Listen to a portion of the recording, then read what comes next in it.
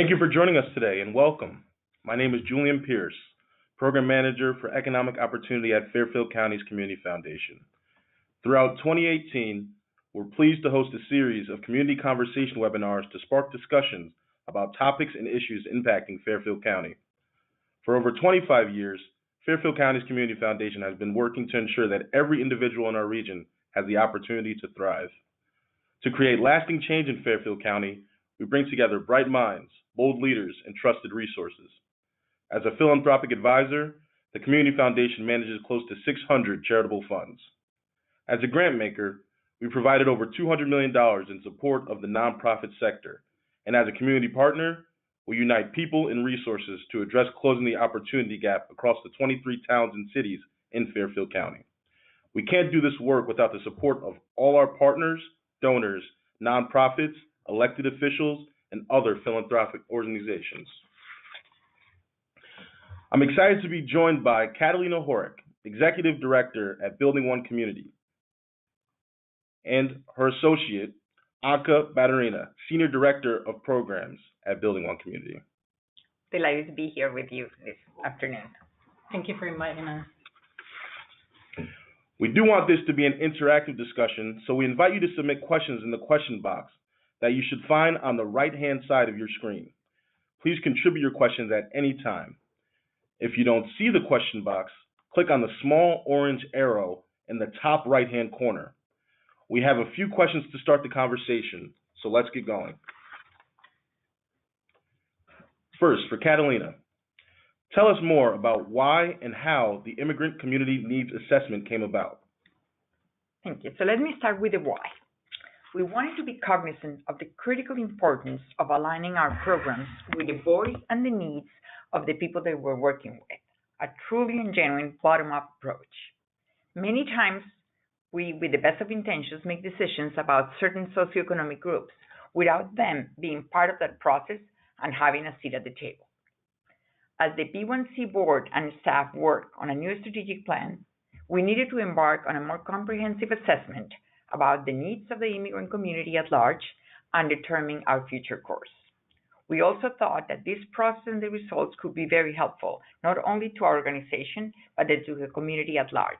We live in a city where 35% of the population is foreign-born, so this data is relative to all of us. Let me share now a bit of the process, the how, the when, and the what. So basically, we were seeking to answer two questions. The first one is, what are the needs of our immigrant community?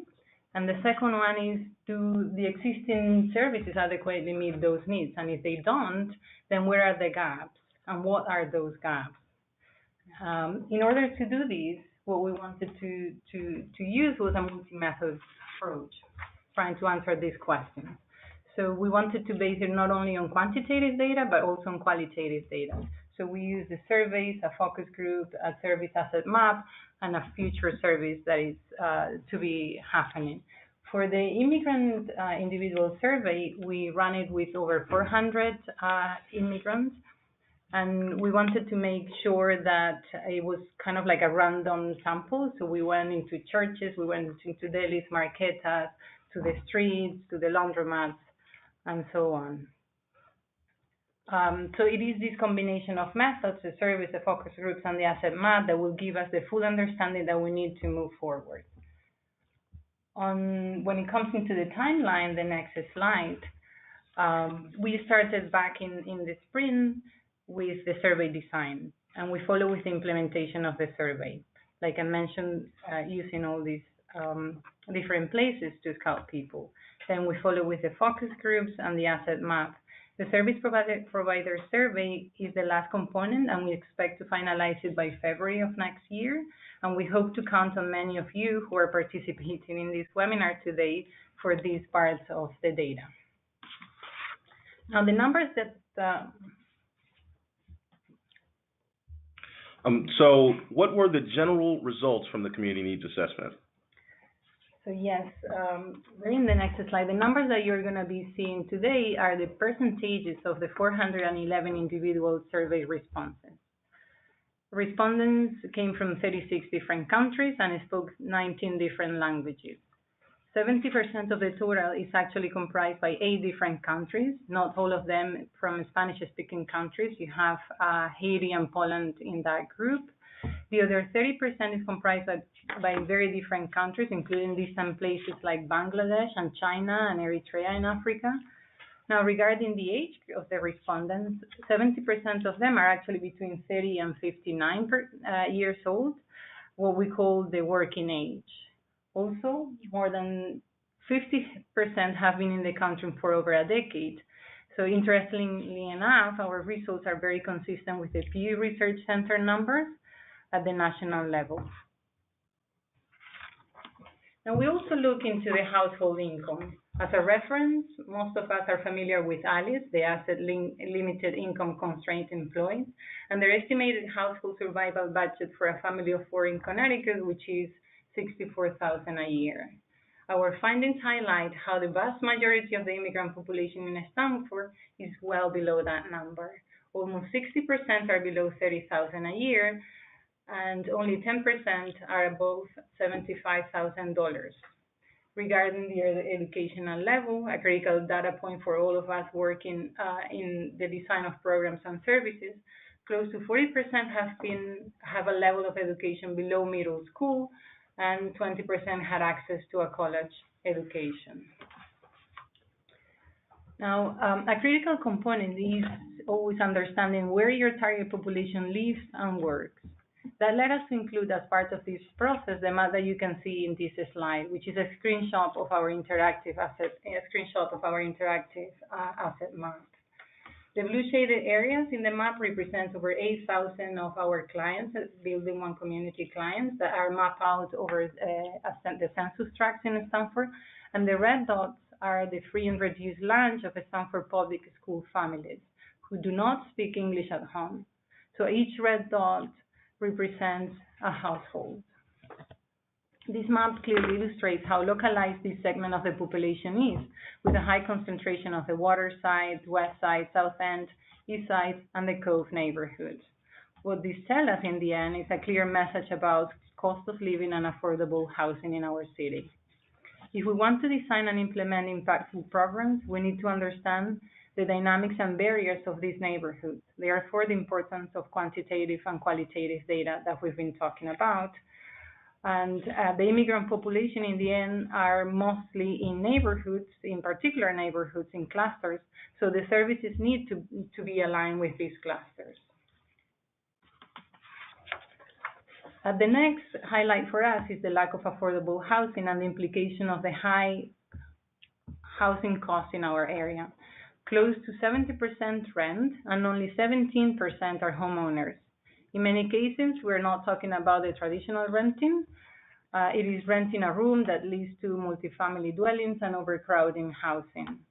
When it comes to housing stability, the pie chart at the bottom shows how the 3% with no stable housing move back and forth between shelter and some kind of transitional living, many times with a friend during the winter months, especially when the income is substantially lower.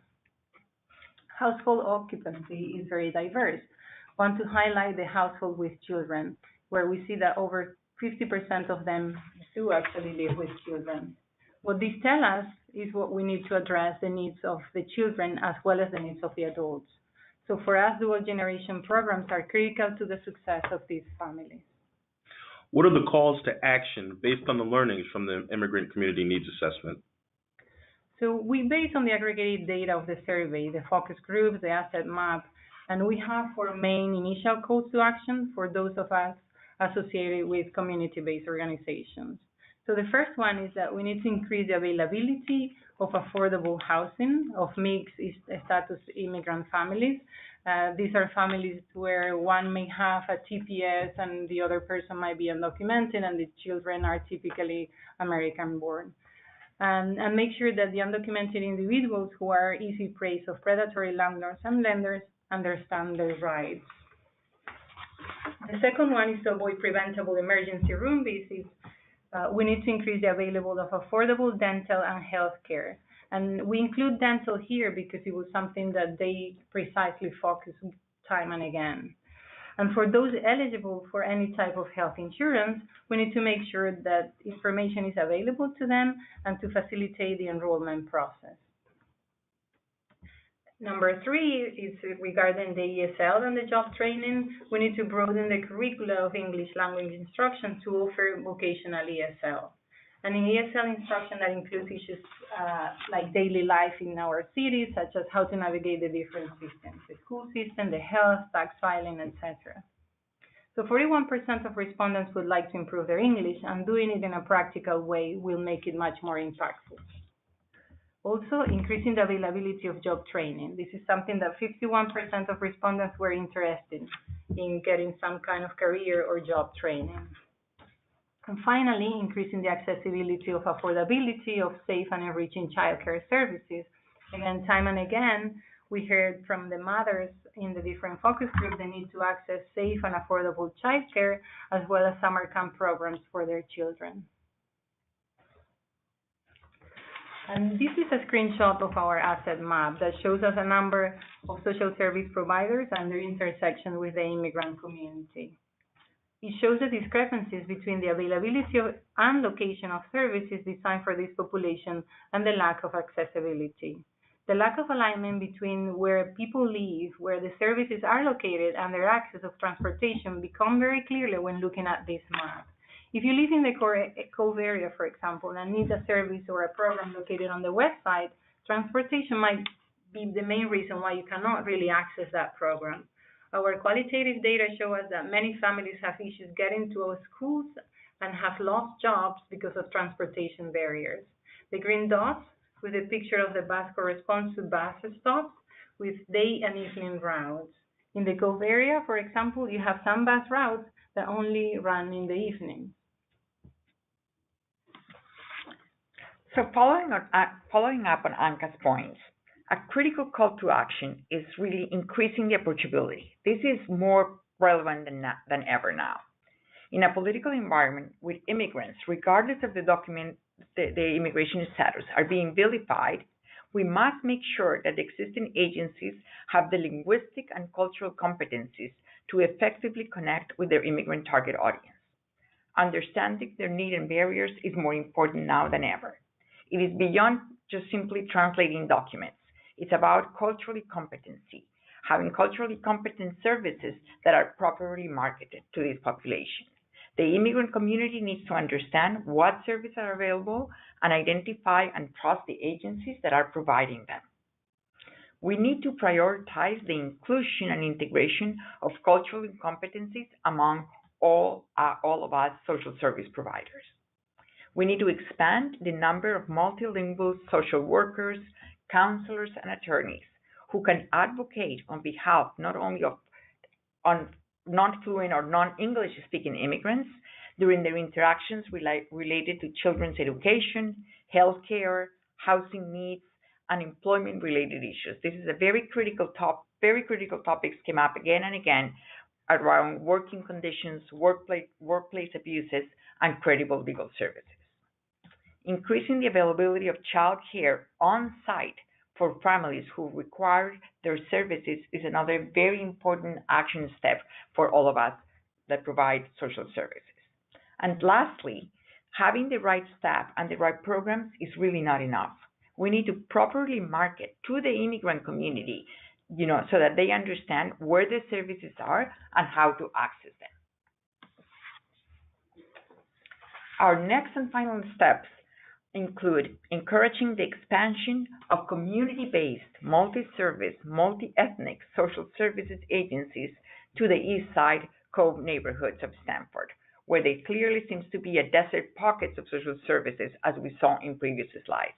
This is not only for us as building one community, but we believe that this is a great opportunity for us to partner and provide services in different locations as an integrated part of the community. The second thing that we want to do and propose is establishing a city-level office dedicated to immigrant and refugee affairs.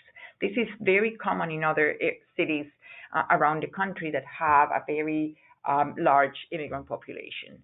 This Immigrant and Refugees Affairs Office will monitor social services needs and plan and coordinate and achieve a mutually beneficial integration of the community of immigrants and refugees in Stanford. As an example, we would like to work with the city to encourage them to further develop vocational ESL programs and include more practical immigrant integration issues as part of the adult ESL programs that are currently being hosted by the city. And of course, last but not least, sharing this document with all of you so that it becomes a community document and a work progress for all of us, entire community. We are working with so many people who are foreign born across the region that this is important for all of us to consider this a work in progress. Now, I know some people here may have joined us a little late, but I do want to remind everyone that there is an opportunity to submit questions as we move forward. There is a question box on the right-hand side of your screen, and you can contribute questions at any time. If you don't see the box, click on the small orange arrow in the top right-hand corner. So as we move to our end, and we will have a Q&A following, how can others access the information from the Immigrant Community Needs Assessment? So we think that this webinar is actually how we're going to get the ball rolling, where we're really welcoming future community interactions, future talks. I think we think that this data is very helpful for other community-based organizations, and we're really welcoming the opportunity to talk with different other service providers in the city of how we can make use of this data.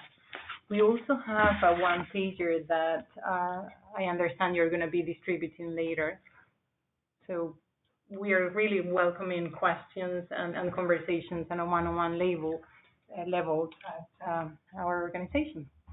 And we would love to see us working together as a community. So if you invite us to have not a presentation, but a conversation to share this data and share your own perspectives on this data, that's how we all together can have a real community impact. Excellent. Thank you, Anka and Catalina. We do have some questions coming in from our audience. The first one being, did you see any different trends based on how long they were living in Stanford? I believe they is in reference to immigrant individuals. So we do see trends in terms of, we have disaggregated the data by questions, by different questions. So for example, when you look at 66% of the immigrant community actually send money back home. When you look at it depending on the years they have been in the United States, the population, the new arrivals to say are the ones that are sending it the most. While people that have been here for longer are still sending it across all levels, are still sending money back home, but for example, these new arrivals send it more. Excellent. The next question, have you been able to quantify the benefit to our community by providing these services in terms like how much the economic growth rate will increase or crime rate will decrease, etc.?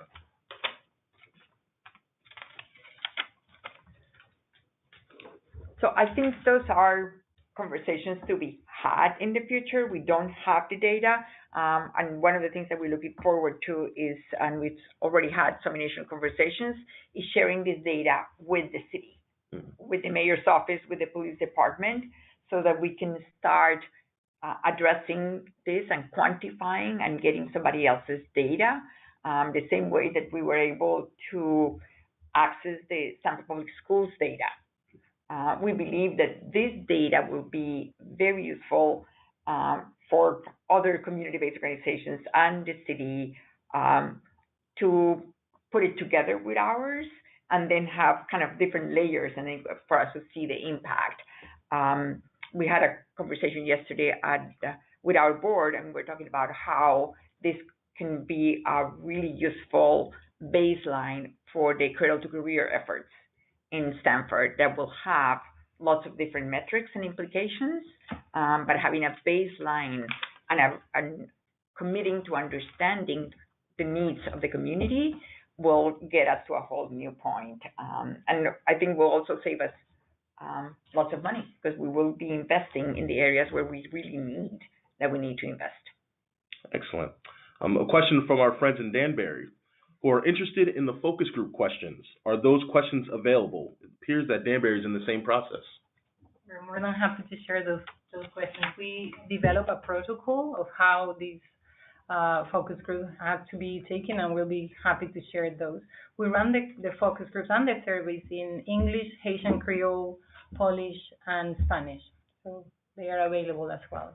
Great. And I think the other important thing to emphasize is that running the focus groups in different languages is not enough. You really need to understand where they're going to run them. And in our case, we knew that us, as organizational leaders, could not be the ones who were running them.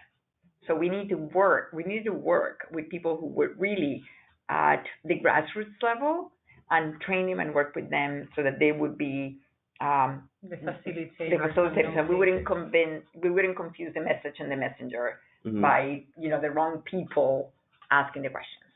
That's interesting, because another question that's very related just came in, and that's, did you conduct the surveys yourself and focus groups, or did you use consultants or others? And I believe you just answered that question. Yes.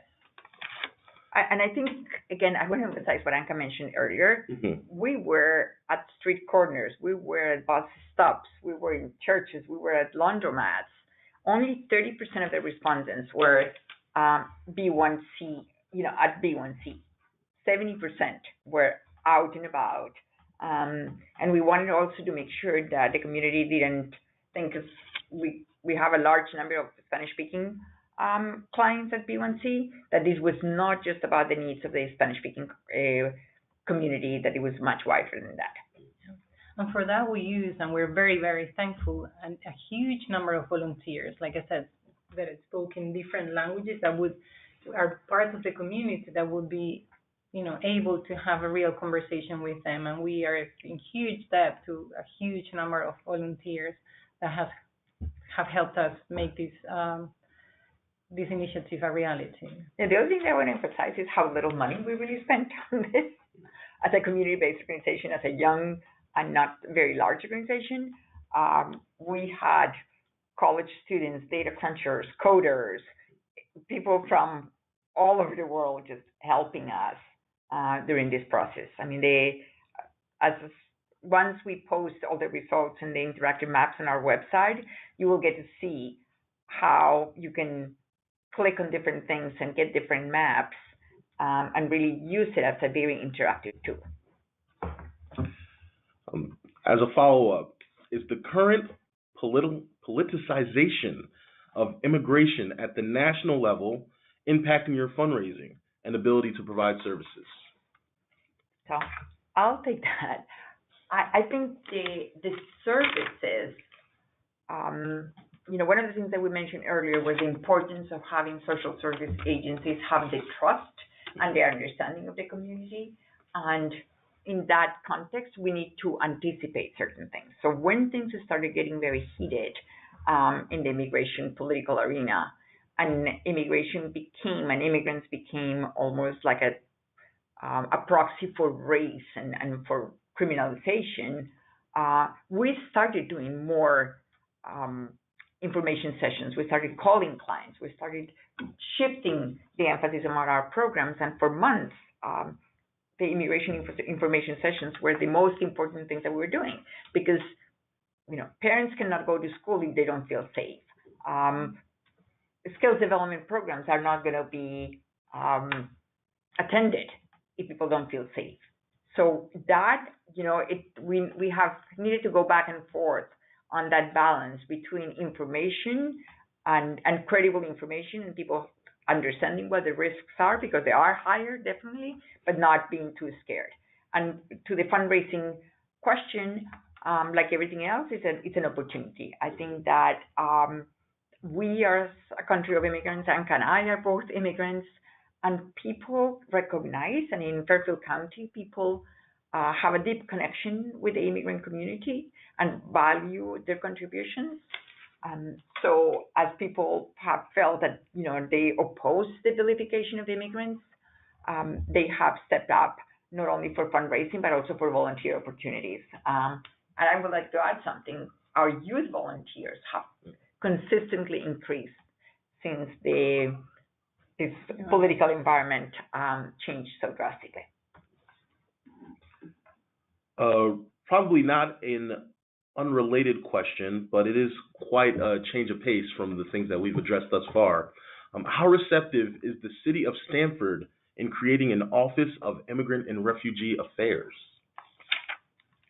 I don't think we're going to put words in their mouth yet, but we have started conversations. And we believe that there will be an opportunity. Also, if we do this, and there's, clearly written in the slide, this will be part of a national initiative.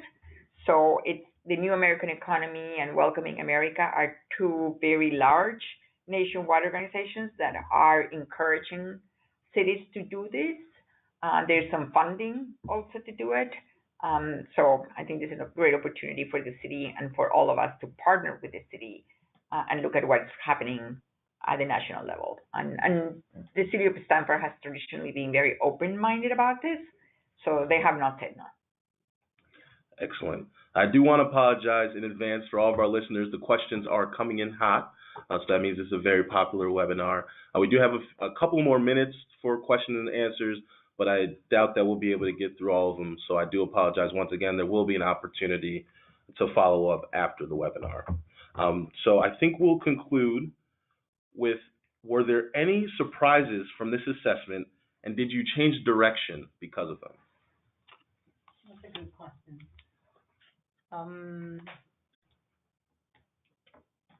We perhaps thought that we were going to be able to reach more to, we live very close to the Islamic Center in Stamford, and we have a large community of Bangladeshis, Indians, and so we had plans to run several focus groups in Bangla, Urdu, and Hindi, and we couldn't do it.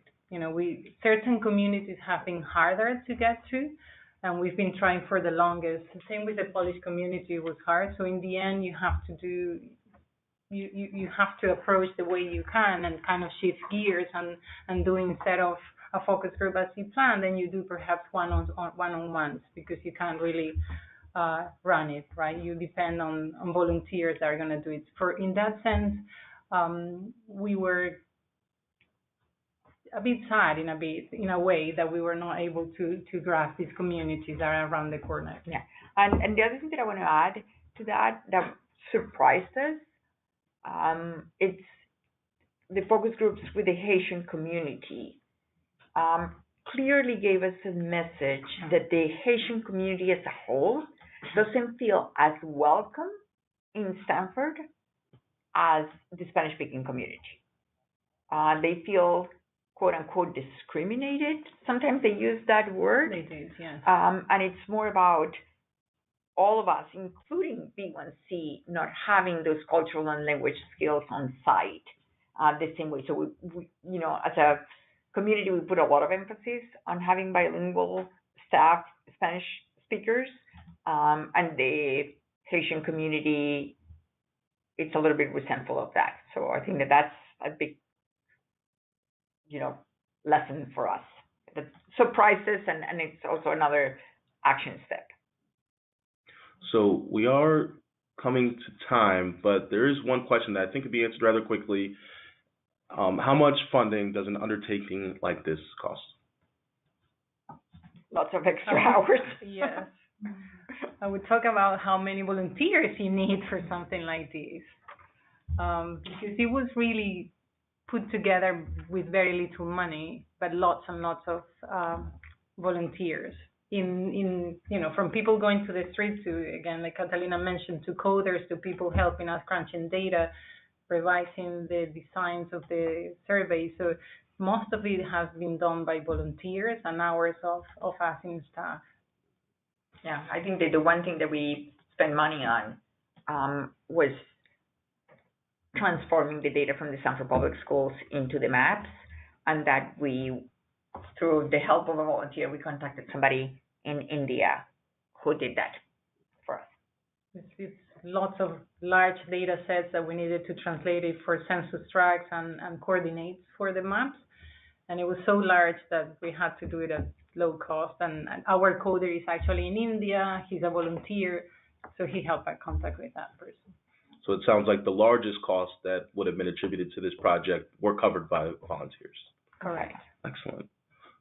So, thank you, Anka and Catalina. Thank you for inviting us. Yeah, absolutely. And for everyone who's listening in, there are opportunities to learn more and be a part of this conversation. So you can follow Building One Community on Facebook and Twitter. For Facebook, it is at Building the Number One and Community. And for Twitter, it is Be1 Community CT. You can explore the data at the link you see in front of you. And the Immigrant Community Needs Assessment is available at https://buildingthe1community.org in the first quarter of 2019. So be on the lookout for that. Once again, I just want to thank everyone, and please stay connected. We'll be in touch about our next Community Conversations webinar. And as always, have a happy holiday.